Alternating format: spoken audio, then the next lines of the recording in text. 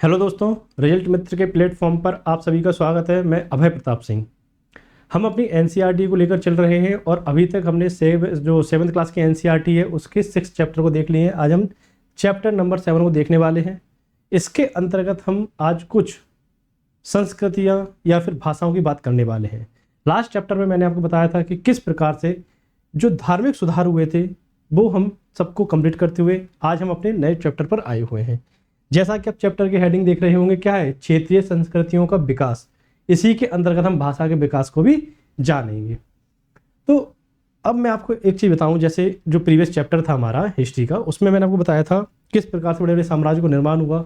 एक तरफ जहां साम्राज्य बन रहे हैं, दूसरी तरफ क्या हो रहा है? दूसरी तरफ साम्राज्य के समकक्ष ही यहाँ पर धार्मिक क्रियाएं भी हो रही है। कैसे? धार्मिक जागरूकता आ रही है। ब्राह्मणवाद को पीछे छोड़ते हुए जैन बौद्ध है, और जैन बौद्ध को पीछे छोड़ते फिर से क्या हुआ? फिर से शैव वैष्णव, ये सब चीज़ें हमें देखने के लिए मिलती हैं।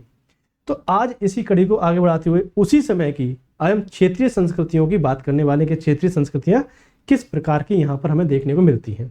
तो यहाँ पर आप पाएंगे, जैसे ही आप इस चैप्टर में आते हैं तो यहाँ पर सबसे पहले आपको क्या मिलेगा? सबसे पहले आपको भाषा देखने के लिए मिलेगी। यानी कि भाषा होता क्या है। सबसे पहले हम बात करते हैं भाषा होता क्या है। तो अपनी बात को किसी व्यक्ति को समझाने के लिए क्या जरूरी है? भाषा जरूरी है। अब जैसे मैं आपको समझा रहा हूं तो क्या आवश्यक है? भाषा आवश्यक है। आपकी और मेरी भाषा सेम है, इसलिए आप मेरी बात को समझ पा रहे हैं। वहीं आप पाएंगे अगर मैं यहाँ पर दूसरी भाषा में बोलूँ, जैसे अगर मैं यहाँ पे बांग्ला में बोलूँ, बिहारी में बोलूँ, उड़िया में बोलूँ, तो हो सकता है टूटी फूटी भाषा आप समझ जाए कि मैं क्या बोलना चाह रहा हूँ।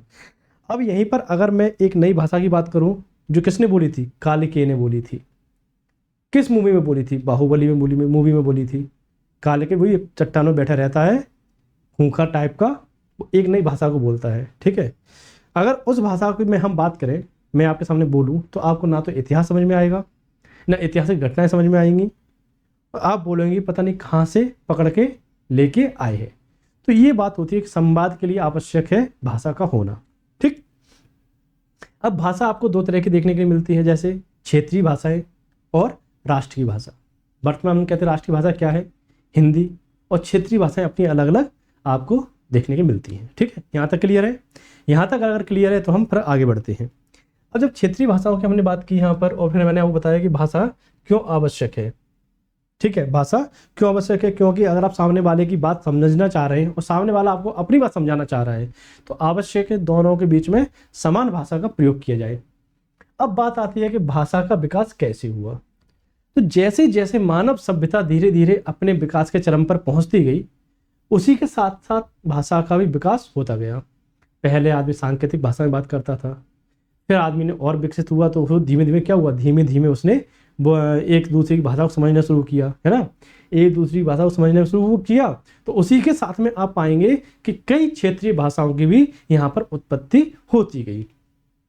इस चीज़ को हम और भी अपनी क्या है अलग अलग अलग जैसे हम बढ़ते जाएंगे वैसे हम आपको बताते जाएंगे। अब बात आती है क्षेत्रीय भाषा। कौन सी? क्षेत्रीय भाषा।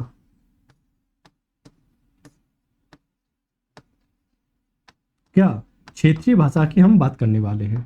और क्षेत्रीय भाषा के अंतर्गत हम क्या देखेंगे? क्षेत्रीय भाषा के अंतर्गत हम सबसे पहले देखेंगे चेर। क्या देखेंगे? चेर। ठीक है। एक क्या है? एक राजवंश है, और दूसरा कौन सा है? मलयालम। चेर और मलयालम।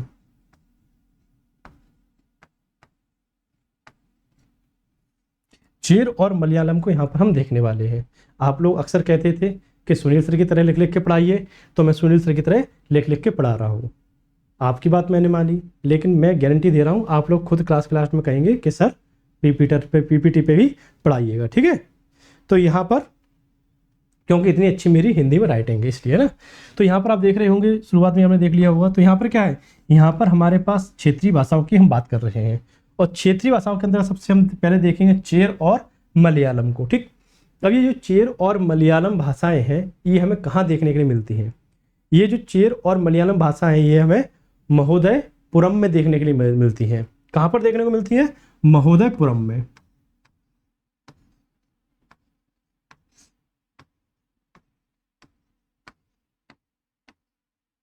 महोदयपुरम पुरम में ये हमें देखने के लिए मिलती हैं। अब ये महोदयपुरम कहाँ है? महोदयपुरम चेर राज्य हुआ करता था। कौन सा राज्य हुआ करता था? ये चेर राज्य हुआ करता था। ठीक है, महोदयपुरम एक चेर राज्य हुआ करता था। कहाँ पाया जाएगा ये भारत के प्रायद्वीपीय क्षेत्र में। ठीक, भारत के प्रायद्वीपीय क्षेत्र में। और कहाँ पर? आपका दक्षिण पश्चिम में। अब जब दक्षिण पश्चिम की बात कर रहा हूँ तो आप बताइए मुझे, इस प्रकार से आप देख लीजिए, ये आपका प्रायद्वीपीय भारत है। ठीक है, क्या है? प्रायद्वीपीय भारत का ही मैप है। अब बताइए आपको दक्षिण पश्चिम कहाँ होगा? आपका नीचे ये पूरा दक्षिण का क्षेत्र होगा, और दक्षिण पश्चिम बात करें तो यहाँ पर आपको देखने को मिलेगा। अब मुझे बताइए यहाँ पर कौन सा राज्य है? इस जगह आपका कौन सा राज्य अवस्थित है? तो इस जगह की अगर हम बात करते हैं तो इस जगह आपको केरल देखने के लिए मिलेगा। तो केरल ही के अंतर्गत हमें चेर साम्राज्य देखने के लिए मिलता है। ठीक है, वर्तमान में केरल है, उस टाइम हम अलग नाम से जानते थे। ठीक, तो ये जो भाषा इलाका था ये आपकी किस भाषा का इलाका था? ये मलयालम का इलाका था। ये कौन सी भाषा का इलाका था? ये मलयालम भाषा का इलाका आपको देखने के लिए मिलेगा। ठीक है, ये मलयालम भाषा का इलाका आपको देखने के लिए मिलेगा। तो इस प्रकार से मैं आपको बताना चाह रहा हूँ चेर और मलयालम भाषाओं का क्या संबंध था। ये हमें देखने को मिलता है महोदयपुरम में, और महोदयपुरम आता था आपका कहाँ पर? दक्षिण पश्चिमी क्षेत्र में, जो केरल राज्य था आपका। यहाँ पर लोक प्रचलित भाषा थी आपकी केरल। ठीक, इस भाषा का प्रयोग यहाँ पर लिपि और अभिलेखों में किया गया था। अब ये जो भाषा है इसका प्रयोग कहाँ किया जाएगा? इसका प्रयोग किया जाएगा आपका लिपि में और अभिलेखों में। ठीक है, कहाँ कहाँ किया जाएगा? लिपि और अभिलेखों में।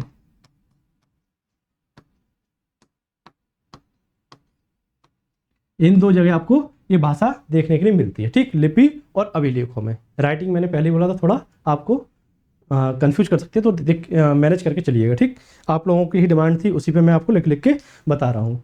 तो यहाँ पर देखिए, यहाँ पर क्या है? प्रयोग, क्या लिपि और अभिलेखों में इस भाषा का प्रयोग किया गया। अब हमें जानकारी कैसे मिलती है? जानकारी हमें मिलती है लिपि में, और उनका जो अध्ययन किया गया है अभिलेखों का, उसके माध्यम से हमें ये जानकारी मिलती है। ठीक है, अब देखिए, अब जो मलयालम भाषा है, ठीक है, इसमें क्या है? इसमें कई सारी हमें साहित्यिक कृतियां मिली हैं। साहित्यिक कृतियां क्या होती हैं? उस समय की लिखी हुई पुस्तकें। ठीक है, तो कई सारी हमें यहाँ पर पुस्तकों की क्या है? प्राप्ति होती है। ठीक, अब ये देखिए, लिपि और अभिलेख। ठीक, पुस्तकें। ठीक है, किताबों की हमें, कई सारी किताबों की हमें क्या है? प्राप्ति होती है। उससे ही हम यहाँ पर जानकारी लगाते हैं कि क्या यहाँ पर मलयालम भाषा में कई सारी किताबों की रचना हुई। फिर जब आप आगे बढ़ेंगे तो क्या होगा? 12वीं शताब्दी की 12वीं शताब्दी के आसपास आएंगे। ठीक है, ये जो भाषा है, ये जो किताबें, जो साहित्य प्राप्त हुआ है हमें मलयालम भाषा में, कहा जाता है 12वीं सदी का क्या है? इतिहास है। 12वीं सदी की पुस्तकें हैं। ठीक है, तो यहाँ पर आप देखिए, मलयालम भाषा के अंतर्गत जो हमें साहित्य मिलेगा वो कब का होगा? 12वीं सदी का होगा। ठीक, अब यहाँ पर आपको समझना है, इस भाषा का इस समय लिखा हुआ सबसे महत्वपूर्ण ग्रंथ, ठीक, ये जो 12वीं सदी में इतिहास लिखा गया, इस भाषा में लिखा हुआ सबसे महत्वपूर्ण ग्रंथ कौन सा होगा आपका? इसमें लिखा हुआ आपका लीला तितकम होगा। कौन सा होगा? लीला तितकम। ठीक, कौन सा होगा? लीला तितकम। अब ये तमिल साहित्य है, तो यहाँ पर आप कौन सी भाषा समझ? सॉरी, तमिल साहित्य नहीं, जो केरल में लिखा हुआ ये आपका लिटरेचर चल रहा है, मलयालम भाषा है। तो आप क्या समझते हैं यहाँ पर? अपने यहाँ की तरह भाषा होगी? नहीं होगी। ये सब चीज़ें अलग हैं आपकी, तो किताबों का नाम भी अलग होगा, है ना? तो किताबों का नाम भी इनमें अलग होगा। तो यहाँ पे आपको लीला तितकम की नाम की एक रचना मिलती है। तो ये है आपकी क्षेत्रीय भाषा के अंतर्गत जो पहले हमें दी गई है एनसीईआरटी में, चेर राज्य के अंतर्गत मलयालम भाषा। ठीक है, अब हम यहाँ पर आते हैं शासक और धार्मिक परंपराओं के ऊपर। जो शासक हुआ करते थे और उनकी जो धार्मिक परंपराएं हुआ करती थी, उनके बारे में बात करेंगे। तो इतनी जानकारी तो हमने पहले ले ली जो हमें एनसीईआरटी देती है। अब मैंने आपको पहले भी समझाया है कि जो एनसीईआरटी या फिर जो हिस्ट्री टॉपिक होता है, ये ऐसा सब्जेक्ट होता है जिसमें आप गहराई में चले जाइए तो आप 4-5 दिन एक ही टॉपिक पर डिबेट कर सकते हैं। इतना हमारे पास टाइम नहीं है, हमें अपनी रेगुलर क्लासेस में भी आना है। तो जो चीज़ हमें एनसीईआरटी में उल्लेख करके बताई गई है, वही चीज़ों की बात हम यहाँ पर करते हैं। उससे एक्स्ट्रा अगर हम इधर उधर भी निकलेंगे तो ये जो लेक्चर आपका 1 घंटे का होता है, इसको आप 2 घंटे से 3 घंटे में सॉल्व कर पाएंगे। ठीक है, तो इसलिए इतना टाइम नहीं देना है आपको, क्योंकि आपको जल्दी से अपनी रेगुलर क्लासेस में भी आना है और रेगुलर क्लासेस को कंप्लीट भी करना है। ठीक है, क्योंकि एग्जाम के लिए तैयार भी होना है आपको। अब यहाँ पर देखिए, शासक और धार्मिक परंपराएं आपको हेडिंग दी गई है। ठीक है, अब हम बात करेंगे क्या, जो अन्य क्षेत्रीय संस्कृतियां थी उनके बारे में। ठीक है, अब जो अन्य क्षेत्रीय संस्कृतियां थी उसमें आप पाएंगे कि इनका विकास कैसे हुआ, ये कैसे विकसित हुई, जो परंपराएं थी क्षेत्रीय परंपराएं ये कैसे विकसित हुई। ठीक है, लेकिन आप मुझे एक चीज बताइए, जब मैंने आपको बताया था कि इतिहास जो हमारा है धीरे धीरे क्या कर रहा है, धीरे धीरे विकसित अवस्था में आ रहा है। जैसे ही धीरे धीरे वो विकसित अवस्था में आ रहा है तो सारी चीज़ों पर उस चीज़ का प्रभाव पड़ रहा है, जैसे कि मानव के जीवन पर, मानव के रहन सहन पर, मानव के भोजन पर, हर चीज़ पर प्रभाव पड़ रहा है। तो जब हर चीज़ पर प्रभाव पड़ रहा है तो आपको लगता है कि इस समय की जो धार्मिक परंपराएं थी या फिर जो भाषा थी उस पर इस चीज़ का प्रभाव नहीं पड़ेगा कि आप समय के अनुकूल क्या आधुनिकता को अपना रहे हैं। सीधी सी बात है, पड़ेगा। पहले हम क्या करते थे, पहले हम हिंदी बोलते थे। जब से ब्रिटिश के उपनिवेश बने, अब आप आज वर्तमान में अगर किसी के सामने आप हिंदी बोल दीजिए तो क्या लगता है कि ये आदमी पढ़ा लिखा नहीं है। जब हम किसी ऐसे व्यक्ति को देखते हैं जो इंग्लिश बोलता है, हम क्या बोलते हैं, ये व्यक्ति इसको कॉन्वेंट स्कूल से पढ़ा होगा या सीबीएसई स्कूल से पढ़ा होगा। वहीं अगर हम हिंदी बात कर लें किसी तो क्या लगता है, सरकारी स्कूल वाला बनता है। नौकरी में सरकारी चाहिए लेकिन बच्चों को कहाँ पढ़ाएंगे, प्राइवेट स्कूल में, है ना। तो ये चीज़ें आपको यहाँ पर देखने के लिए मिलती हैं। जो परंपराओं, क्षेत्रीय परंपराओं की हम बात कर रहे हैं उससे संबंधित यहाँ पर हम चीज़ें देखने वाले हैं। ठीक, अब यहाँ पर मुझे एक बात बताइए, क्षेत्रीय परंपराएं सभी भारत, पूरे भारत की या पूरे भारत के अंतर्गत विभिन्न क्षेत्रों की एक ही होगी या अलग अलग होगी? सिंपल सा क्वेश्चन है। इतने दिन से इतिहास की किताबें कर रहे हैं तो आप इसका आंसर आराम से दे सकते हैं, ऐसी मैं उम्मीद करता हूँ। बताइए, जो क्षेत्रीय धार्मिक परंपराएं हैं ये एक ही तरह की होंगी या अलग अलग तरह की होंगी, है ना। क्षेत्रीय धार्मिक जो परंपराएं हैं आपकी एक ही प्रकार की होंगी या फिर अलग अलग प्रकार की होंगी। यहाँ पर मैं बता दूं क्षेत्रीय, जिससे आपको ये पता पड़ जाए कि हम क्षेत्रीय धार्मिक परंपराएं की बात करने वाले हैं। ठीक है, इतना समझ में आ रहा है, यहाँ तक क्लियर होगा कि हम क्षेत्रीय धार्मिक परंपराओं की बात करने वाले हैं। तो इसमें जो हमें उदाहरण दिया गया है एनसीईआरटी में, वो कहाँ का दिया गया है, उड़ीसा के पुरी का दिया गया है।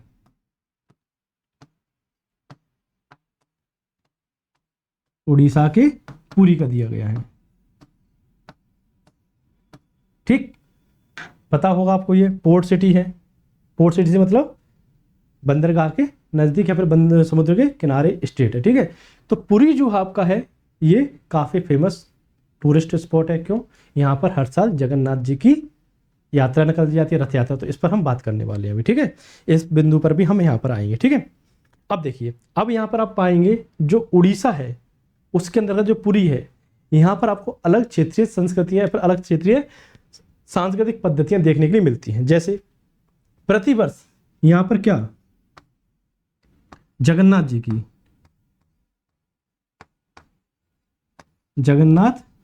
की रथ यात्रा निकाली जाती है। याद है आपको, जगन्नाथ जी की रथ यात्रा का कार्यक्रम प्रतिवर्ष यहां पर किया जाता है।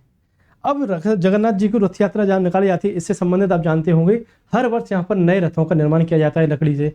अब मेरा छोटा सा एक क्वेश्चन है जो प्रीवियस ईयर में कई सारे एग्जाम से पूछा गया है, जो जगन्नाथ जी की रथ यात्रा निकलती है वो उनकी मूर्ति जो है जगन्नाथ जी की किस धातु की बनी है या फिर किस चीज से बनाई जाती है?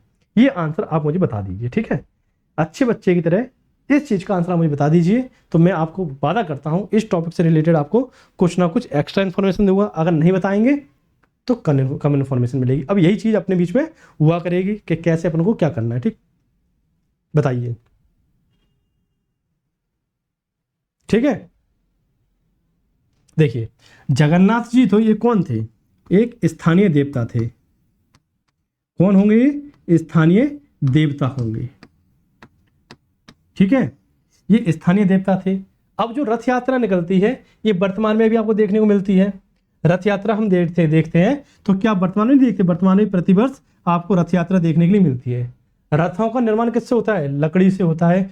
और जो स्थानीय देवता हैं जगन्नाथ जी, इनकी भी इमेज, इनकी जो मूर्ति होती है, जो इनकी प्रतिमा होती है, इसको भी हम किससे बनाते हैं, लकड़ी से।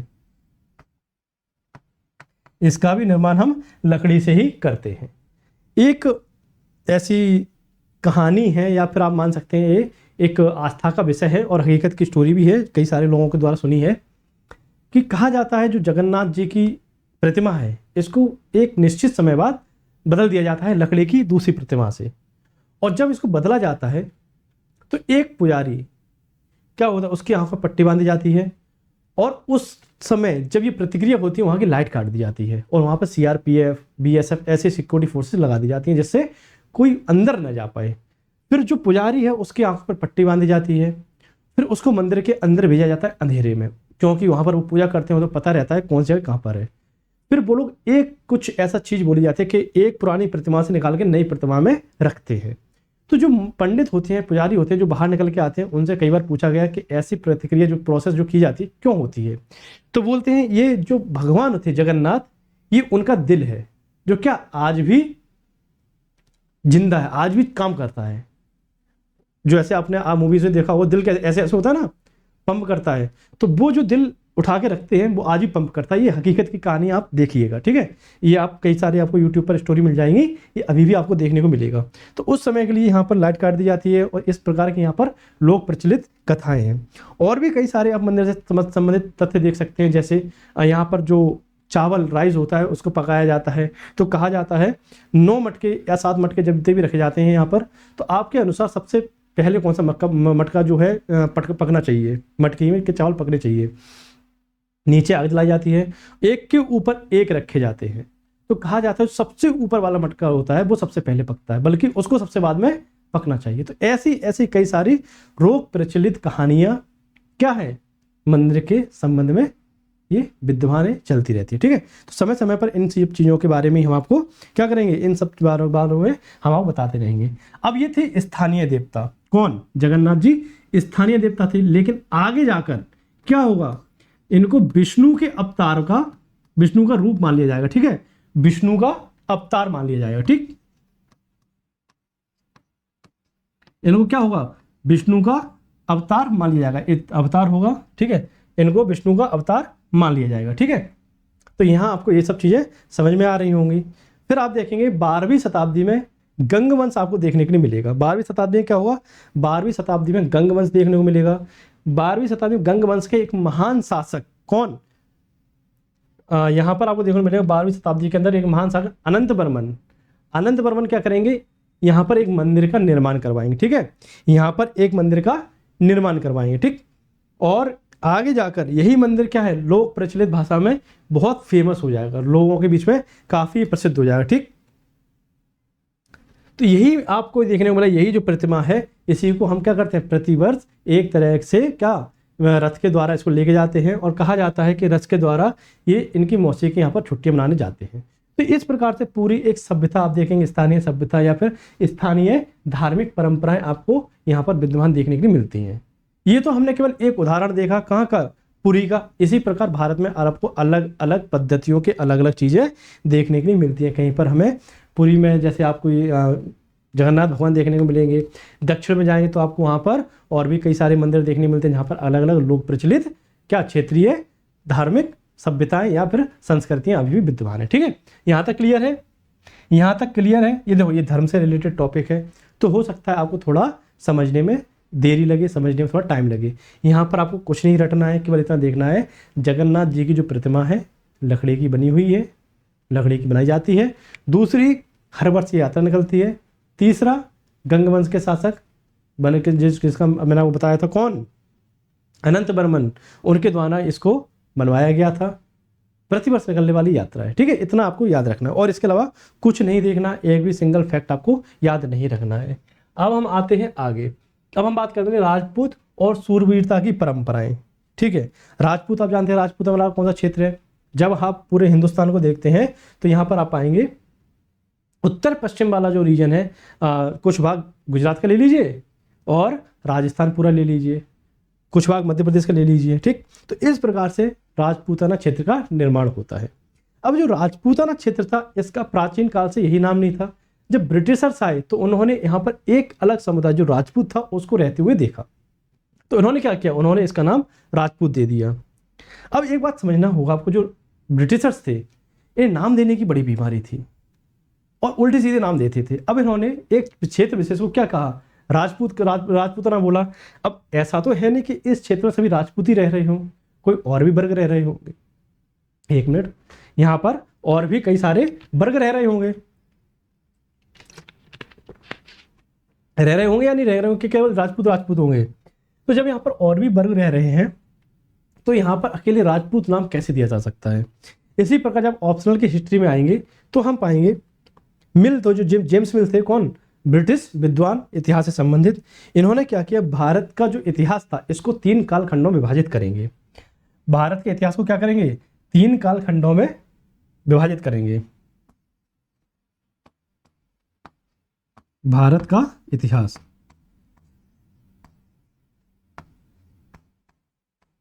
ठीक है, भारत के इतिहास को ये 3 कालखंडों में विभाजित करेंगे। पहला क्या बोलेंगे, हिंदू काल। हिंदू काल कैसे बोलेंगे, प्राचीन काल को। मध्यकाल को बोलेंगे मुस्लिम काल। और जो आधुनिक इतिहास होगा इसे क्या बोलेंगे, इसे बोलेंगे ब्रिटिश काल। ठीक है, अब यहां पर आपको देखना होगा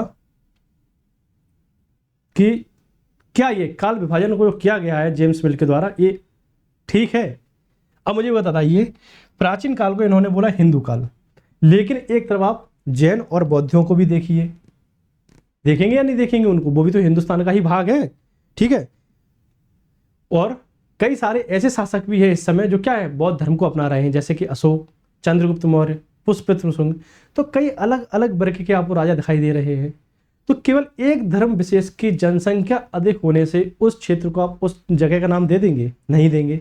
तो ये कॉन्सेप्ट पहला तो आपका प्राचीन काल के मामले में क्या है, गलत हो जाता है। फिर हम कहते हैं मुस्लिम काल। अब ये बताइए, मुस्लिम काल अगर आप इस मध्यकाल को अगर मुस्लिम काल नाम देते हैं तो शासक वर्ग जो शासन कर रहा है वो मुट्ठी भर है, और अधिकतर प्रजा क्या है, अधिकतर प्रजा हिंदू है ना, अधिकतर प्रजा हिंदू है। उसी के साथ में केवल दिल्ली के ऊपर कौन है, दिल्ली और उसके आसपास क्षेत्र पर केवल आपको मुस्लिम दिखाई दे रहे हैं, बल्कि पूरे हिंदुस्तान पर क्या है, हिंदुओं का शासन है, अभी भी शासन है ना। तो यहाँ पर आप देखिए, एक छोटे से शासक वर्ग के तौर पर आप किसी देश की जनसंख्या को निगलेक्ट नहीं कर सकते, उसे नहीं छोड़ सकते। तो ये भी आपका क्या है, ये भी एक तरह से खारिज हो जाता है। फिर यहाँ पर बात आती है कि अगर आप प्राचीन काल को मुस्लिम हिंदू काल बोल रहे हैं और इस काल को आप क्या बोल रहे हैं, इस काल को आप बोल रहे हैं मध्यकाल को बोल रहे हैं मुस्लिम काल, क्यों, जनसंख्या के आधार पर या फिर शासक वर्ग के आधार पर। तो आधुनिक काल को आप क्या, आधुनिक काल को आप अंग्रेजों का शासन ब्रिटिश की जनता का शासन बोलिए कि आपने हमारे ऊपर शासन किया था। तो इस प्रकार से यहाँ पर क्या, इस प्रकार से आपको यहाँ पर विवाद देखने के लिए मिलता है। ठीक, तो इसी प्रकार से जब हम बात करते हैं राजपूताना क्षेत्र की, तो कई सारे इतिहासकार क्या कहते हैं, कई सारे इतिहासकार कहते हैं इस क्षेत्र को केवल और केवल राजपूतों का क्षेत्र मानना गलत होगा, क्योंकि अन्य वर्ग के, अन्य समुदाय के लोग भी यहाँ पर निवास कर रहे हैं। लेकिन ब्रिटिशर्स हमारे देश में आए थे, उन्होंने क्या किया, उन्होंने इस क्षेत्र को राजपूतों का नाम दिया, तो ये राजपूताना क्षेत्र के नाम से प्रचलित हो गया। ठीक, अब हम आते हैं यहाँ पर क्या, अब हम आते हैं अपनी आगे की कहानी पर। अब जब राजपूत है तो यहाँ पर क्या, सूरवीरता की कहानियां आपको देखने के लिए मिलती हैं। इसमें कोई शक नहीं है कि राजपूत अपने युद्ध कौशल की वजह से और अपने पराक्रम की वजह से इतिहास में अमर है। इस चीज को कोई नहीं मान सकता और ना ही इस चीज को कोई खारिज कर सकता है। ठीक है, अब यहां पर राजपूत जब इस ऐसी पद्धति पर हैं कि मतलब युद्ध करेंगे, और युद्ध के 2 ही परिणाम होते थे राजपूत के, या तो युद्ध जीतते थे या युद्ध क्षेत्र में जितने भी राजपूत युद्ध कर रहे हैं वो खत्म हो जाते थे, लेकिन भागते नहीं थे। तो 2 तरह से युद्ध करते थे, यही इनकी पद्धति थी, या तो जीतेंगे या वीरगति को प्राप्त होंगे। तो अब यहां पर आप देख रहे हैं वीरता में कोई कमी नहीं है। जब इनकी वीरता में कोई कमी नहीं है तो इनके दरबार में जितने भी लेखक होंगे, या फिर इनके दरबार तो छोड़िए, इनके बाद जितने भी लेखक आएंगे वो क्या करेंगे, राजपूतों की वीरता की गाथाएं गाएंगे, इनके ऊपर कविताएं लिखेंगे कि कैसे कैसे वीर होते थे। आपने नाम सुना होगा गोरा बादल, जब पद्मावत मूवी का विवाद चल रहा था तो ये नाम हमें काफी देखने के लिए मिलता है, कौन सा, गोरा बादल वाला। ठीक है, तो कैसे इन्होंने अपने शासक को, अपने राजा को खिलजी के चंगुल से बचाया, दिल्ली जाकर वहां से फिर लेके आए। तो ये सारी चीजें क्या है, ये सारी चीजें वीरता को दर्शाती हैं। तो जो आपकी परंपराएं हैं उनमें हमें क्या दिखती है, उनमें हमें स्थानीय विशेषताओं को भी देखने के लिए मिलता है, जैसे कि राजपूतों के मामले में इनकी वीरता हमें देखने के लिए मिलती है। ठीक है, तो ये चीजें क्या है, ये चीजें आपको समझनी चाहिए, इनसे आपका बौद्धिक विकास होता है। अभी आप देखेंगे इनका आपका अभी यूज नहीं होगा, लेकिन जब आप अपनी ऑप्शनल लेंगे आप, तब आपको ये चीज देखने के लिए मिलेगी कि किस प्रकार से ये चैप्टर भी आपके लिए काफी महत्वपूर्ण सिद्ध होता है। अब देखिए, अब यहाँ पर आता है आपका अगला क्या, कथक। जब आप एनसीईआरटी में आगे आएंगे तो यहाँ पर आपको देखने के लिए मिलेगा कथक। अब ये कथक क्या है, आपने जीवन में आपने कभी ना कभी कथक का नाम सुना होगा, ठीक। कथक का शाब्दिक अर्थ या इसके शब्द का अर्थ हम निकालते हैं तो ये होता है कथा से। किससे होता है इसका शाब्दिक अर्थ? कथा। कथा जानते हैं आप लोग क्या होती है? कथा जानते होंगे आप लोग क्या होती है? हर कई हिंदू परिवार ऐसे हैं जो हर महीने यहाँ पे कथा करवाते हैं, ठीक है। ये उनकी लोक प्रचलित परंपराएं हैं जिसको वो अभी भी निभा रहे हैं, ठीक है। तो कई लोग यहाँ पर कथा करवाते हैं। अब यहाँ पर एक बात समझनी होगी, ये जो कथक है ये आपको एक क्षेत्र विशेष में क्या देखने को मिलेगा? ये क्षेत्र विशेष में नृत्य देखने के लिए मिलेगा, ठीक है। क्षेत्र विशेष में ये नृत्य देखने के लिए मिलेगा, ठीक। अब यहाँ पर आप एक बात समझिए, जो यहाँ पर प्रयोग की जाने वाली भाषा है क्या है? संस्कृत, ठीक है। यहाँ पर जो प्रयोग की जाने वाली भाषा है संस्कृत है, और अन्य भाषाओं में क्या है? कहानियों को यहाँ पर खा गया है, ठीक। संस्कृत भाषा आपको यहाँ पर देखने को मिलती है, और अन्य भाषाएं भी आपको पाने को देखने को मिलेंगी। जो आपका कथक है उस समय जो उच्चारण होता है उसमें आपको क्या संस्कृत के श्लोक या संस्कृत चीजें देखने को मिलती हैं, ठीक। अब इसका प्रयोग कहाँ होता था? अब ये जो कथक है इसका प्रयोग कहाँ होगा? तो इसका प्रयोग होगा उत्तर भारत में। उत्तर भारत में जितने भी आपके मंदिर होंगे, उत्तर भारत में जितने भी आपके मंदिर होंगे उनमें क्या होगा? उनमें कथक का एक तरह से गायन किया जाएगा, ठीक। एक तरह से इसका गायन किया जाएगा, ठीक है। क्या होगा? इसका एक तरह से गायन हो और कहानी के रूप में इसको सुनाया जाएगा। एक नृत्य की परंपरा भी वर्तमान में आप देखते हो, क्या है? नृत्य की परंपरा है या नहीं है आपको पता होना चाहिए, ठीक। और 15वीं 16वीं शताब्दी में क्या होगा? भक्ति आंदोलन का प्रभाव बढ़ेगा। जब भक्ति आंदोलन का प्रभाव बढ़ेगा, जब हम अभी आपको बता रहे थे पिछली क्लास में हमने भक्ति आंदोलन के बारे में जाना था, किस प्रकार से हमारे देश में अलग अलग समय काल में अलग अलग जो भक्ति से काल से संबंधित व्यक्ति हुए हैं, चाहे वो तुलसीदास हो, ठीक, रामादास हो, मीरा हो, किस प्रकार से उन्हें भक्ति आंदोलन में अपना योगदान दिया था, इन सब चीजों के बारे में हमने जाना था, ठीक। अब आगे आइए, आगे क्या बताना है आपको? आगे मैं बताऊंगा कि जो भक्ति काल है या फिर जो मंदिर की बात चल रही है यहाँ पर, इससे संबंधित अन्य संस्कृतियां कैसे आपको देखने के लिए मिलती हैं, ठीक है। इससे संबंधित क्या है? अन्य संस्कृतियां आपको कैसे देखने के लिए मिलती हैं। थोड़ा ब्रेक लेते हैं, आप लोग भी पानी वानी पी लीजिए, ठीक।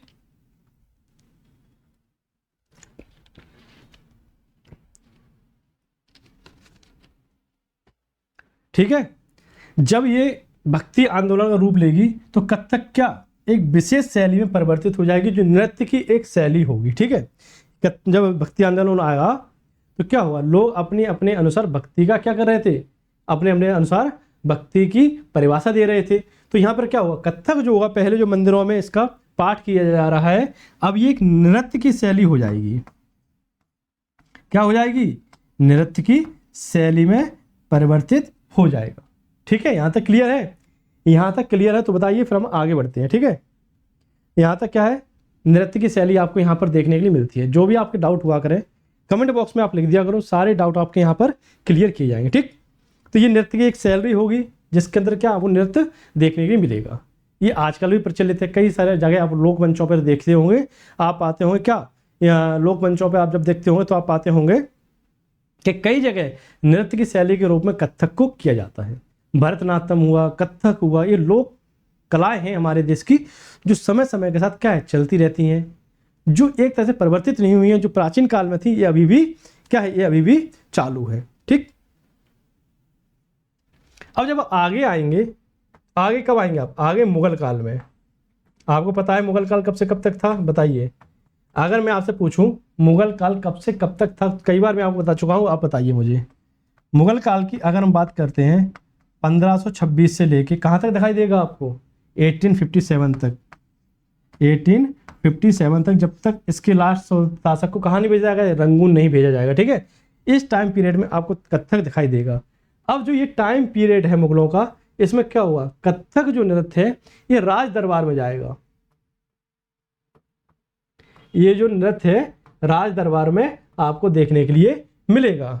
ये नृत्य आपका राज दरबार की तरफ प्रस्थान करेगा या राज दरबार की तरफ बढ़ेगा, ठीक है। तो राज दरबार में भी आपको ये नृत्य देखने को मिलेगा, लेकिन इसकी जो टाइम पीरियड है मैंने बताया आपको 1526 से लेकर 1857 तक नहीं, बल्कि इससे पहले ही आप देखेंगे ये समेटते हुए दिखाई देगा आपको। औरंगजेब की मृत्यु कब हुई? 1707 में होगी। तो आप मान लीजिए 1750 के आसपास तक ये मुगल काल में देखने को मिलेगा। तो उसके बाद धीरे धीरे जैसे ही आक्रांता आएंगे तो क्या होगा? जब आक्रांता आएंगे, इसको मैं पूरी एक स्टोरी के तौर पे आपको बता देता हूं जिससे आपको भविष्य में भी याद बना रहे। देखिए मैंने आपको क्या बताया, अभी तक कई प्रकार के लोक प्रचलित नृत्य क्या है समाज में आ चुके हैं, दरबारों में इनकी एक विशेष उपस्थिति हो गई है नृत्यों की। तो पहले ऐसा तो होता नहीं था कि डीजे होते थे कि आज ब्लू है पार्टी पार्टी टाइप के गाने बजाएंगे, शासक डांस करेंगे उस पर। उस टाइम जो समय जो हुआ करता था इसी प्रकार मनोरंजन का समय हुआ करता था। जैसे कि मैं बात करूं, शासक क्या करते थे? शासक इतने बड़े महल में रहकर क्या करेंगे? यही सब करेंगे, नृत्य देखना, गायन सुनना। तो यहाँ पर आप देखिए राज दरबार में अभी क्या चल रहा है, इनके पास अथाह पैसा है, ठीक है, अथाह पैसा है। जो अथाह पैसा है इनके पास, तो ये उनका उपभोग करेंगे। क्या करेंगे? उपभोग। उपभोग के अंतर्गत आपको यहाँ पर क्या देखने को मिलेगा? नृत्य देखने को मिलेगा, शिकार देखने को मिलेगा, संगीतकार देखने को मिलेंगे। तो संगीतकारों को ये संरक्षण देते थे। वर्तमान में तो हम क्या करते हैं, वर्तमान में हम हर सिंगर की कैसेट रखते हैं। ये भी 10 साल पहले की बात बता रहा हूँ, अब तो यूट्यूब पर सब उपलब्ध है, कभी भी आप सुन सकते हैं। तो इससे आप पहले समय देखेंगे, 20 साल पहले के आज से देखेंगे तो क्या होता था, एक कैसेट आती थी, उसमें रील रहती थी, उसमें गाने वाने हुआ करते थे। और मूवी देखने के लिए इतना बड़ा VCR आता था, टीवी किराए पर ली जाती थी, फिर कैसेट डाल के उसे देखा जाता था। पूरा समुदाय इकट्ठा होता था, रात में मूवी देखता था। अब इस टाइम ना तो टीवी है, ना मूवी है, ना कुछ है। अब राजा का मन हुआ गाना सुनेगा तो क्या करेगा राजा? राजा बोलेगा कि मुझे 8 से 10 संगीतकार ला के यहाँ पर उपस्थित करो, तो यहीं पर रहेंगे वो। जब भी मेरा मन होगा, जिस संगीतकार का संगीत सुनने का मेरा मन होगा, मैं उससे बोलूँगा चलो तुम गाना गाओ और हम संगीत सुनते हैं। तो इस प्रकार से यहाँ पर आपको सारी चीज़ें देखने के लिए मिलती हैं। अब यहाँ पर बात आती है, ये स्थिति कब तक हो गई? ये स्थिति आपकी शाहजहां तक के शासनकाल तक हो गई। क्योंकि औरंगजेब क्या है, औरंगजेब कट्टरता की नीति पर चल रहा है। तो वो अपने दरबार में संगीत वंगीत सब क्या करेगा, बंद करवा देगा। बोलता है जी गैर इस्लामिक चीजें हैं, जितनी जल्दी हो सके इन सबको हटा दो। तो औरंगजेब ये सारी परंपराओं को, संगीत संगीत की जो मुगल दरबार में चल रही थी, सब परंपराओं को बंद करवा देगा। अब यहाँ पर थोड़ा टॉपिक से हटके एक बात बताता हूँ। लोग कहते हैं कि औरंगजेब क्या था, कट्टर था। अब मैं आपसे पूछना चाहता हूँ, औरंगजेब कट्टर था कि उस समय की परिस्थितियों ने औरंगजेब को कट्टर बनाया? ये दोनों का आंसर आपको देना है। तो कमेंट बॉक्स में इसका आप आंसर दीजिए कि औरंगजेब बचपन से ही कट्टर था या फिर उस समय की जो परिस्थितियां थी उसने औरंगजेब को कट्टर बनाया। तो यहाँ पर आप थोड़ा विचार कीजिए। उस समय की परिस्थितियां क्या थी कि जब औरंगजेब शासक बना था। औरंगजेब कहाँ है? दक्षिण में है। अचानक से सूचना मिलती है कि पिता नहीं रहे और बड़ा जो दारा शिकोह है औरंगजेब का भाई, क्या कर रहा है, शासन कब्जा करना चाहता है, शासन पर अपना इस जो एक तरह से प्रभाव छोड़ना चाहता है या शासन को अपने नियंत्रण में लेना चाहता है। ठीक है, ये अचानक से औरंगजेब को पता पड़ता है। और औरंगजेब क्या करेगा, औरंगजेब भी शासक बनना चाहेगा। इस समय कोई ऐसा तो है नहीं कि बड़ा भाई है वही शासक बनेगा। तो इनमें तो ये चीज आम बात थी, जहांगीर ने विद्रोह किया, शाहजहां ने विद्रोह किया, तो औरंगजेब भी जाएगा। जब औरंगजेब जाएगा तो उसके सामने चुनौतियां थी। क्या? इस्लाम में आप अपने भाई की हत्या करके शासक नहीं बन सकते, पहली चीज। दूसरी चीज कि अगर आपके पिता जीवित हैं तब भी आप शासक नहीं बन सकते। तो दोनों चीजें क्या है, इस्लाम के विरोध में है। और औरंगजेब को बनना क्या है, शासक है, तो कैसे बनेगा? दोनों इस्लामिक के विरोध में चीजें हैं। ठीक है, ये चीज आपको देखने को मिलेगी। अब यहां पर आप आइएगा, औरंगजेब जब दिल्ली जाएगा तो दिल्ली से पहले अपने भाई को हरा देगा और एक टुकड़ी उसके पीछे लगा देगा कि पकड़ के लाओ इन्हें, इनकी हत्या करेंगे। दारा शिकोह को लाया जाता है और दारा शिकोह की हत्या कर दी जाती है। पूरा मार्केट में उसकी रैली निकाली जाती है। ये हम अपनी इतिहास की किताबों में बताएंगे। अभी केवल ये चीज बता रहे हैं, जब औरंगजेब का जिक्र हुआ है तो सोचा थोड़ा सा आपको बता दूं, जिससे अभी बौद्धिक जुगाली करते रहे। ठीक है, अब यहां पर आप आइए, औरंगजेब पहले तो अपनी भाई की हत्या करता है। दूसरी बात, औरंगजेब शासक जब बना तो उसके पिता जीवित थे, और पिता के जीवित रहते अगर शासक बनते वो भी इस्लाम के खिलाफ है। अब जनता जो है या फिर उलेमा वर्ग है, क्या है, औरंगजेब का दुश्मन बन चुका है। ठीक है, क्योंकि उसने दोनों काम क्या किए थे, दोनों काम उसने इस्लाम के विरोधी में किए थे। अब औरंगजेब इनका समर्थन पाने के लिए क्या करेगा, इनका समर्थन पाने के लिए कट्टरता दिखाएगा। थोड़ी कट्टरता थी नेचर में उसके, इतनी ज्यादा नहीं थी कि मतलब बिल्कुल भी मार काट मचाना शुरू कर दे। तो अपनी स्थिति को मजबूत करने के लिए औरंगजेब कट्टरता दिखाएगा। ये तो हुई एक बात। दूसरी बात की अगर हम बात करते हैं तो कहा जाता है औरंगजेब ने जजिया कर द्वारा प्रारंभ कर दिया था। तो इसके पीछे भी आप देखेंगे तो एक कहानी है। कहानी क्या है? औरंगजेब अहमदनगर और बीजापुर पर शासन स्थापित करना चाह रहा है, क्योंकि जब दक्षिण में था औरंगजेब तब भी इन पर नियंत्रण स्थापित करना चाहता था, लेकिन शाहजहां समय समय पर उसे रोक देता था, है ना। अब यहां पर क्या होगा, शाहजहां की डेथ हो गई है। जब तक शाहजहां जिंदा रहेगा तब तक औरंगजेब दिल्ली का दरबार नहीं छोड़ेगा, दिल्ली के से बाहर नहीं जाएगा, क्योंकि जानता था अगर मैं जाऊंगा तो ये किसी न किसी को शासक बना देंगे और हम बिना सत्ता के रह जाएंगे। यही चीज हमने और रजिया की एपिसोड में देखी थी कि रजिया जैसे ही दिल्ली से बाहर जाती है, मार के उसके सत्ता जो थी वो पलट दी जाती है। इसी डर से औरंगजेब कभी बाहर नहीं जाएगा। तो यहां पर आप देखेंगे औरंगजेब कब जाएगा, जब शाहजहां की मृत्यु हो जाएगी, फिर वो जाएगा दक्षिण, कहां पर, अहमदनगर और बीजापुर पर शासन करने के लिए। लेकिन उलेमा वर्ग उसे मंजूरी नहीं देंगे। क्यों? क्योंकि वहां पे भी इस्लामिक शासन है। जो अहमदनगर बीजापुर के शासक है वो भी इस्लामिक है, वो भी इस्लाम को धर्म को अपना रहे हैं, ठीक है। तो क्या होगा, इसमें आप पाएंगे औरंगजेब उलेमाओं को बोलेगा कि आप हमें जाने की धमकी दीजिए, आप हमें जाने की परमिशन दीजिए, हम आपको जजिया की जितनी भी रकम होगी सब दिलवाएंगे। उस टाइम जजिया क्या था, उस टाइम जजिया से वार्षिक आय जो होती थी 2 करोड़ की होती थी। अब आप समझ सकते हैं 2 करोड़ कितनी वैल्यू हुई होगी, आज से कई साल पहले, कई 100 साल पहले की बात कर रहे हैं। 1707 में तो डेथ ही हो गई, तो उससे पहले की बात कर रहे हैं, है ना। तो समझ लीजिए 2 करोड़ की कितनी वैल्यू होती थी। और ये सारा पैसा जाता था, जो भी जजिया से आता था, ये सारा पैसा किसके पास जाता था, ये सारा पैसा जाता था आपका उलेमाओं के पास में। क्यों? क्योंकि वो लोग इसी पैसे से इस्लाम धर्म का प्रचार करते थे, ठीक है। इसी पैसे से इस्लाम धर्म का प्रचार किया जाता था। तो अब यहां पर आप बताइए, औरंगजेब अगर जजिया लगा रहा है तो उसका पैसा खुद तो ले नहीं रहा, किसे दे रहा है, उलेमाओं को। तो एक तरह से ये क्या है, रिश्वत है। किस चीज की रिश्वत? दक्षिण पर हमला करने के लिए उलेमाओं को ली गई मंजूरी के लिए औरंगजेब द्वारा उलेमाओं को दी गई रिश्वत, ठीक है। अब यहां पर बात आती है जजिया कर कैसा था। कई लोग बोलते हैं जजिया जो कर था ये क्या था, ये आपका धार्मिक कर था। तो जजिया बिल्कुल आपका धार्मिक कर नहीं था, बिल्कुल ये निराधार है, बिल्कुल गलत बात है, ठीक है। तो अब हम जब अपने औरंगजेब वाले चैप्टर पर आएंगे तब यहां पर हम सारी बात फिर से करेंगे, सब मैं आपको डिटेल में समझाऊंगा। ये एक एपिसोड था, औरंगजेब का जिक्र हुआ, इसलिए मैंने आपको यहां पर ये बता दिया, ठीक है।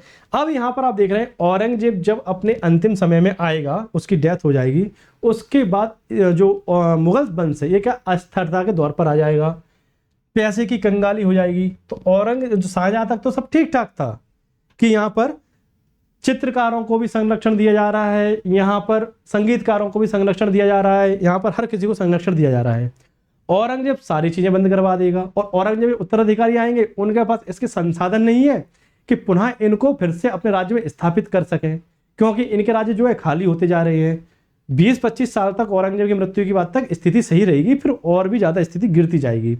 अब जब इनके पास खुद अपनी उपभोग की वस्तुओं के पर्याप्त पैसा नहीं है तो कौन यहाँ पर संगीतकारों को पूछेगा, कौन यहाँ पर गीतकारों को पूछेगा, कौन यहाँ पर चित्रकारों को पूछेगा। इससे पहले आप पाएंगे हुमायूं हो, जहांगीर हो, अकबर, शाहजहां, ये सब चित्रकारों को संरक्षण देंगे, सब संगीतकारों को संरक्षण देंगे, ठीक। लेकिन जैसे ही औरंगजेब के बाद 20 से 25 साल बाद क्या होगा, इनको संरक्षण देना बंद हो जाएगा। अब इन लोगों को एक ऐसी आदत पड़ गई थी कि रईस वाली जिंदगी जीनी थी। अब यहां से तो पैसा मिल नहीं रहा दरबार से, इन्हें दरबार से तो इन्हें प्राप्ति नहीं हो रही है, तो ये लोग क्या करेंगे, आसपास के क्षेत्रों के जो शासक थे उनकी तरफ जाना शिफ्ट कर देंगे, उनकी तरफ जाना प्रारंभ कर देंगे। तो एक तरह से जो यहाँ पर आप देखेंगे सभ्यता या संस्कृति है वो जो मुगल दरबार की, वो दूसरे क्षेत्रों में प्रसार होते आपको देखने के लिए मिलेगी, दूसरे देशों में क्षेत्रों में जाते हुए आपको देखने को मिलेगी, ठीक है। अब मुगल दरबार में आप पाएंगे क्या हुआ था, नादिर शाह का आक्रमण भी हुआ। जब नादिर शाह का आक्रमण होता है तो यहाँ पर जो आसपास के क्षेत्रों में भी चित्रकार हैं वो और आगे प्रस्थान करेंगे, तो पहाड़ी एरियाओं में चले जाएंगे। जानते थे नादिर शाह ने अगर हमारी पेंटिंग देख ली, हमारी कला को देख लिया, तो भारत से उठा के ले जाएगा कहाँ पर, अपने साथ में। तो ये लोग क्या करेंगे, ये लोग पहाड़ों में जाना शुरू कर देंगे, पहाड़ों में जा सकते हैं, उनको सेवाएं देंगे। तो ये सारी चीजें आपको यहाँ पर देखने के लिए मिलेंगी कि जो प्रसार हो रहा है किस प्रकार हो रहा है सभ्यता संस्कृति का, उपचित्रकारी का। दूसरी बात, अगर इनका विनाश हो रहा है तो वो भी आप देख रहे हैं कि संरक्षण देने के लिए पैसा नहीं है, तो संरक्षण दे कौन इन्हें। छोटे मोटे शासक तो अपने वैसे ही टैक्स दे दे के मरने जा रहे हैं, बड़े बड़े शासकों को, ठीक है। अब यहाँ पर एक चीज और देखिए, जो मुगल काल में चित्रकारी की जाती थी ये किस पर की जाती थी? ये की जाती है आपकी लकड़ी की जो छाल निकाल कर, जो एक बड़ा सा जैसे लकड़ी होती थी पूरी, उसकी जो छाल निकाल ली उन्हें सीधी सी, उस पर बनाते थे।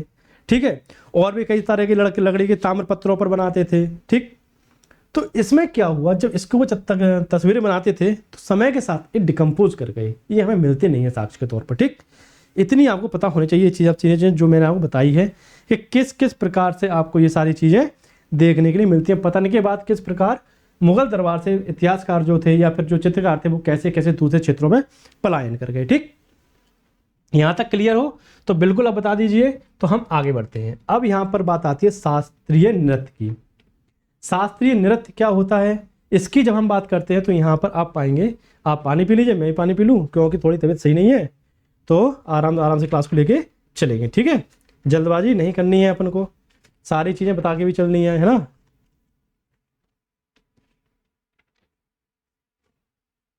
तो देखिए, अब हम बात करते हैं किसकी, शास्त्रीय नृत्य की। वर्तमान में आप देखेंगे तो आपको कितने शास्त्रीय नृत्य देखने को मिलते हैं? वर्तमान में आपको 8 शास्त्रीय नृत्य देखने के लिए मिलते हैं। कौन कौन से? भरतनाट्यम तमिलनाडु का है। ठीक है, कहाँ के ये?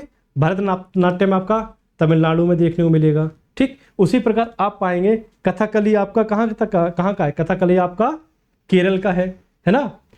ओडिसी उड़ीसे का है। कुचिपुड़ी आपका आंध्र प्रदेश का है। इसी प्रकार आपको टोटल 8 क्या मिलेंगे? साहित्य के या फिर 8 शास्त्रीय नृत्य आपको देखने को मिलेंगे। इसकी मैं आपको पूरी एक लिस्ट प्रोवाइड करवा दूंगा, बताऊंगा तो आपको कम ही याद रहेंगे, तो मैं आपको क्या है पूरी इसकी एक लिस्ट प्रोवाइड करवा दूंगा, जिससे आपको आसानी होगी, है ना। जिससे आपसे क्या होगा, जिससे आपको आसानी होगी और देखने में भी ज़्यादा दिक्कत नहीं होगी और आप आराम से उसको पढ़ सकते हैं, है ना। तो ये पूरी हमारी क्या है, ये पूरी एक तरह से प्रक्रिया है। या फिर अगर आप लिखना चाहें, देखिए बाद में की बात बाद में होती है, अगर आप लिखना चाहें तो लिख लीजिए, मैं आपको बता देता हूँ। ठीक, तो यहाँ पर आपके कितने 8 शास्त्रीय नृत्य आपको देखने को मिलते हैं। पहले 5 थे, धीरे धीरे बढ़ा दिया गया इनको। सबसे पहले आपका भरतनाट्यम है। ये कहाँ का है आपका? ये तमिलनाडु का है। ठीक है, लिख लीजिए, भरतनाट्यम तमिलनाडु का, कथकली केरल का, उड़ीसी उड़ीसा का, है ना, कुचिपुड़ी आंध्र प्रदेश का और मणिपुरी कहाँ है? मणिपुर का। ये 5 पहले हुआ करते थे, 3 को बाद में जोड़ा गया। 3 कौन कौन से आपके? मोहिनी अट्टम केरल का। ठीक है, कौन सा? मोहिनी अट्टम केरल का। सत्रिया एक नया जुड़ा है। ये सत्रिया कहाँ का है? असम का होगा आपका। सत्रिया कहाँ का होगा? असम का होगा। और लास्ट आपका बचेगा कथक। कथक कहाँ का होगा? जो हमने बात की थी कथक की, ये जो कथक की बात की थी कहाँ का होगा? ये यूपी का देखने को मिलेगा।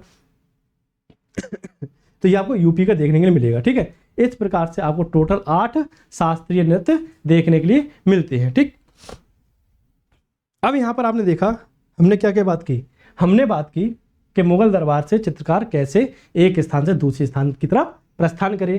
ठीक, उसके बाद हमने देखा कैसे हमने जो औरंगजेब था उसके बारे में जानकारी ली। फिर हमने यहाँ पर मुगल काल के अंतर्गत बात की। अब हम बात करेंगे बंगाल की। ठीक है, अब हम बात करें बंगाल की। अब बंगाल की अगर हम भाषा की बात करें तो कौन सी भाषा यहाँ पर प्रचलित है? देखिए यहाँ पर लिखते हैं बंगाल। बंगाल की अगर हम बात करते हैं तो भाषा कौन सी है यहाँ की? यहाँ की भाषा है आपकी बंगाली। कौन सी भाषा है यहाँ पर? यहाँ पर भाषा आपकी बंगाली। इतना तो पता ही होगा आपको, है ना। वर्तमान में आप देखते हैं कौन सी भाषा है यहाँ पर? बंगाली। अब यहाँ पर आप पाएंगे वर्तमान में शोध किए गए, इससे पता चलता है कि बंगाली किस भाषा से निकली है? बंगाली संस्कृत भाषा से निकली है। अब ये मत पूछिएगा कि संस्कृत भाषा से कैसे निकली है, तो यहां पर आप देखेंगे बंगाली जो भाषा है आपकी संस्कृत भाषा से निकली है। ठीक है, तो अब आगे आप समझ सकते हैं कि इस क्षेत्र में किसी समय क्या है, संस्कृत बोलने वाले लोग भी निवास करते होंगे और समय के अनुकूल आगे जाकर क्या हुआ, अलग अलग समय पर अलग अलग भाषा यहाँ पर देखने के लिए मिलेंगी। अब ये तो बात होगी इसकी क्या नाम, संस्कृत की। फिर यहाँ पर आप देखेंगे बंगाल वाला जो क्षेत्र है, बंगाल वाला जो क्षेत्र है आपका, इस पर अलग अलग समय में अलग अलग क्षेत्र शासकों ने क्या शासन किया। बंगाल वाले क्षेत्र पर अलग अलग समय में अलग अलग शासकों ने क्या किया, शासन किया। तो अगर अलग अलग शासक शासन कर रहे हैं तो उनकी सबकी संस्कृति, सबकी अपनी अपनी नीतियाँ अलग अलग होंगी, है ना।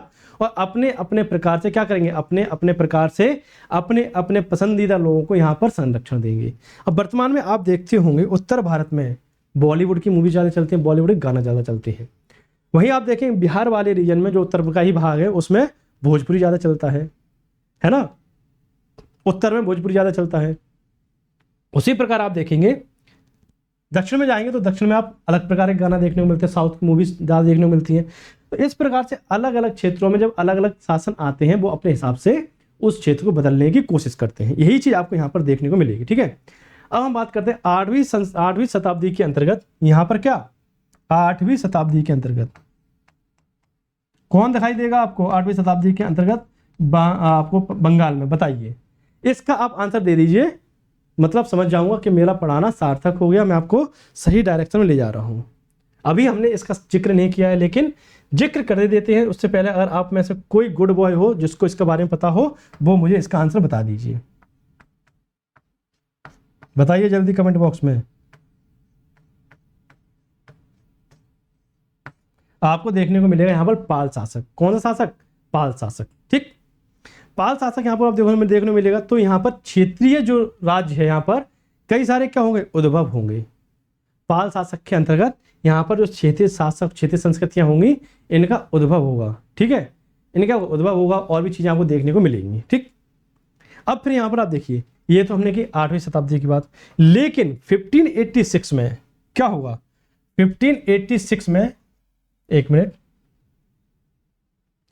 थोड़ा कलर चेंज करते हैं जिससे आपको और भी मजा आए, है ना। तो 1586 में बंगाल पर क्या होगा, किसका शासन होगा बताइए। 1586 में दिल्ली पर कौन शासन कर रहा है, 1586 में दिल्ली पर कौन शासन कर रहा है, अकबर। आप लोग बोलने में इतना देर लगा देते हैं कि मुझे मजबूरी में बोलना पड़ता है, और अगर आपसे चैट करने के लिए बोला जाए तो अभी आप 1 मिनट में 10 मैसेज का 20 मैसेज भेज देंगे, ठीक। 1856 में दिल्ली पर शासन कर रहा है अकबर। तो अकबर क्या करेगा, अकबर बंगाल को कैप्चर कर लेगा 1856 में, और क्या करेगा, और इसको एक सूबा बना देगा। सूबा मतलब राज्य, इसको सूबा बना देगा, प्रांत बना देगा या राज्य बना देगा, तीनों एक ही शब्द है, ठीक है। अब जब यहाँ पर मुगलों के अंतर्गत आ गया है तो यहाँ पर आपको कौन सी भाषा दिखाई देगी, जब ये सूबा बन गया है मुगलों के अंतर्गत है तो यहाँ पर कौन सी भाषा दिखाई देगी आपको, जल्दी से बोलो, देर नहीं करनी है। तो यहाँ पर आपको फारसी भाषा देखने के लिए मिलेगी। जब यहाँ पर आप फारसी भाषा को देखेंगे, लेकिन ये कौन सी भाषा है, एक प्रशासनिक भाषा है, ठीक है। कौन सी भाषा है, प्रशासनिक। वर्तमान में अगर हम बात करते हैं तो प्रशासनिक भाषा में जितने भी लेटर आते हैं आजकल, ये हिंदी में भी आते हैं, इंग्लिश में भी आते हैं, ठीक है। गवर्नमेंट जब कोई काम करती है तो अपने सभी लेटरों को 2 भाषा में भेजती है, किसी भी अधिकारी के पास, हिंदी में भी भेजती है, इंग्लिश में भी भेजती है। लेकिन मुख्यतः जो पहले पहुंचने वाला लेटर होता है वो क्या होता है, वो इंग्लिश का होता है। हिंदी का कुछ समय बाद पहुंचता है, ट्रांसलेट की जाती है उसको, कुछ समय बाद पहुंचता है ना। लेकिन जो इंग्लिश वाला होता है वो हल्का भेज दिया जाता है उसके पास। तो जब तक जो अधिकारी होते हैं वो इंग्लिश का रिप्लाई कर देते हैं, उसके बाद हिंदी का उनके पास पहुंचता है। इसी प्रकार आप देखेंगे हिंदी का कंटेंट यूपीएससी से रिलेटेड बहुत ही कम मिलता है आपको। वर्तमान में कई सारी बुकों का यहाँ पर आप देखेंगे अनुवाद हो चुका है, ट्रांसलेशन हो चुका है, तो मैटर आपको मिल जाता है। आदमी आराम से 5, 6, 7, 10 साल पहले की बात करते हैं तो इंग्लिश में मैटर तो आपके पास अवेलेबल था, लेकिन उस क्वालिटी का नहीं था जिस क्वालिटी का होना चाहिए था। क्यों, क्योंकि अधिकतर जो रिसर्च की जाती है किस में की जाती है, इंग्लिश लैंग्वेज में की जाती है। इंग्लिश सब्जेक्ट के लैंग्वेज नहीं, मतलब इंग्लिश भाषा में की जाती है। जितने भी टॉप यूनिवर्सिटीज़ हैं यहाँ पे सब इंग्लिश में है, तो वहाँ पर जितने भी रिसर्च पेपर प्रिंट होते हैं सारे इंग्लिश में होते हैं। फिर उसका बैठ के हम क्या करते हैं, अनुवाद करते हैं। अनुवाद कैसा होता है, टूटा फूटा, एक्यूरेट अनुवाद नहीं होता, टूटा फूटा अनुवाद होता है। जैसा कि आप प्रीवियस पेपर देखेंगे यूपीएससी का, तो उसमें पूछा गया था स्टील प्लांट। स्टील प्लांट जानते हैं आप, गवर्नमेंट जो इस्पात के उद्योग लगाती है तो स्टील प्लांट लगाती है, ठीक। अब इससे संबंधित एक क्वेश्चन पूछा गया यूपीएससी में, तो उसमें जो उसका हिंदी आया, क्या आया, इस्पात का पौधा, यानी इस्पात का पौधा, इस्पात संयंत्र नहीं, इस्पात का पौधा। तो इस प्रकार से आपको इंग्लिश टूटी फूटी देखने को मिलती है, और इंग्लिश से हिंदी टूटी फूटी देखने को मिलती है क्योंकि उसको ट्रांसलेट किया जाता है, ठीक है। तो ये सारी चीज़ें आपको यहाँ पर समझ में आई होंगी। अब यहाँ पर आप देखिए सूबे में फारसी भाषा ये कहाँ चला गया, हाँ, सूबे में फारसी भाषा बोली जा रही है। अब फारसी भाषा ऐसा तो है नहीं है जन समुदाय भी बोलेगा, जन समुदाय देखो तो बंगाली भाषा ही बोलेगा, है ना। जो जन समुदाय है आपका ये तो क्षेत्रीय भाषा ही बोलेगा, कौन सी बंगाली भाषा ही बोलेगा। तो इसके साथ में आप देखेंगे बंगाल में 3 भाषाएं प्रचलन में हैं। एक तो स्थानीय भाषा कौन सी है आपकी, बंगाली, प्रशासनिक भाषा फारसी क्योंकि मुगलों का शासन है, और तीसरी भाषा कौन सी, तीसरी भाषा यहाँ पर जो और लोग यहाँ पर संरक्षण में जा रहे हैं राज्य के, वो अपनी अपनी भाषाओं को लेकर जाएंगे। तो भारत में आपको भिन्नताएं देखने को मिलती हैं, भारत को विविधताएं देखने के लिए मिलती हैं।